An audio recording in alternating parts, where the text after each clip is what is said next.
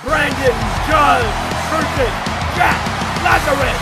All hell has broken loose in the ring. Oh God, he broke him! Suplex from the top of the cage. Are you kidding me? It's over! It's over! We have a new champion of the world! Today's episode of Wrestling News Today is brought to you by Wrestling GM. Available on Android and iOS on the Google Play Store and the Apple App Store. Get ready to embark on a GM experience you've never had before. Hey, how's it going, folks? Well, another edition of Wrestling News Today. It is Sunday, January 17th. Tomorrow night is Monday Night Raw. We just got off Impact's Hard to Kill. Coming into Royal Rumble season, then on the road to WrestleMania. AEW has their big Beach Break show coming up in a few weeks as well. But let's start off with some WWE news, as WWE's signee Sareee is set for a final match in Japan and is moving to the United States. Last year, she was planning to move to Orlando. She signed a deal with WWE, and she was supposed to begin training at the Performance Center. Those plans changed due to the pandemic. Well, Sareee did announce on Twitter she'll be working her final match in Japan on the 22nd of January.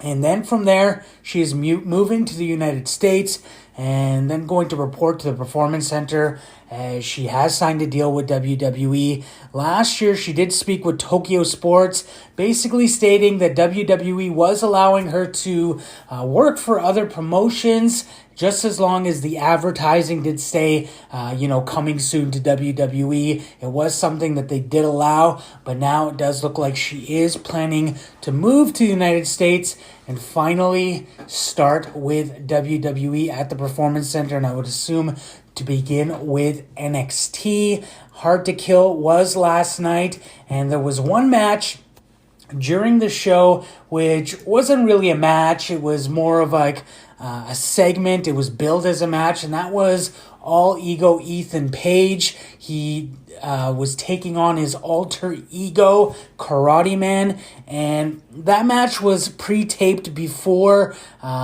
Ethan Page's contract with Impact Wrestling did expire at the end of the year. Well, he did take to the Major Wrestling Facebook group as well as his Patreon page, and he did speak on his thoughts on that match, basically saying that Impact Wrestling embarrassed him by lazily editing the segment and made it out to be a joke. So his post read, "From the afterlife, I'm going to take a full-blown break from social media.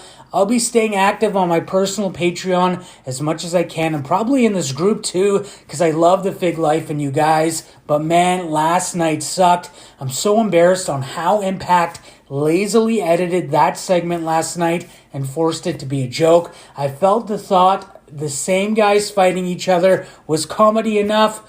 The more serious we took it, the better reaction it would be.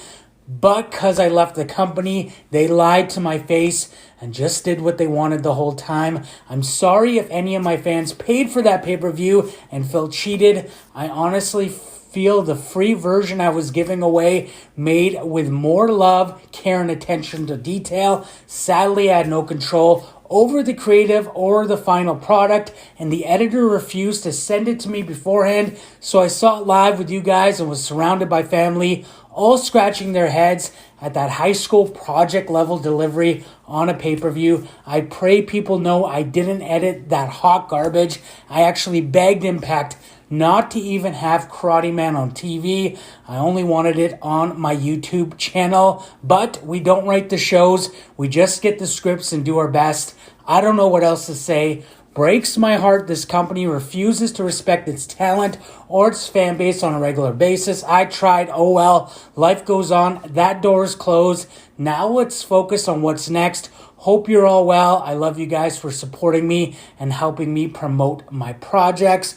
So, not sure if that was something that was kind of in character or if that was a shoot, but he did take to his Patreon page, which is his personal page that people do pay money for, and did write that. So I guess that remains to be seen. But a lot of the stuff he did say, he was doing stuff on his own on YouTube. It looked okay.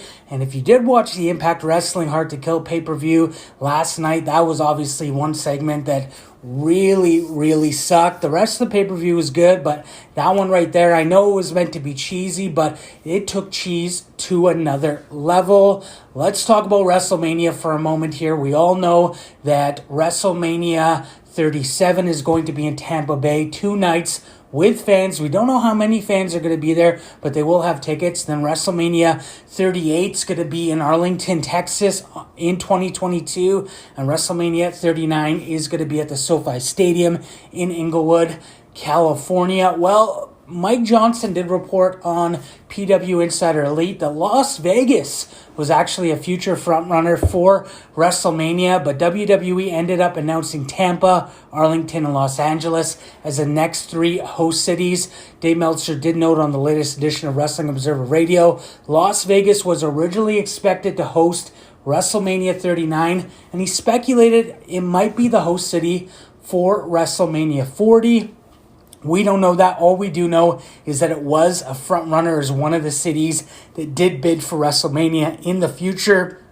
Las Vegas does have the Allegiant Stadium where the Raiders do play. It has a capacity of 65,000. Another pay-per-view WWE is bringing back would be Fastlane. Last time they did host it was in 2019. PW Insider does state that Fastlane will happen on the 21st of March. So this is the final pay-per-view before WrestleMania. Last time WWE hosted a Fastlane event was in 2019 in Cleveland. And as far as other wrestling news, that is the wrestling news for tonight. We'll be back tomorrow, probably before Monday Night Raw, just to see what the big news is at the beginning of the week. Like always, you can subscribe here on YouTube. If you're listening on your favorite podcast app, hit that follow or subscription, and have a great day.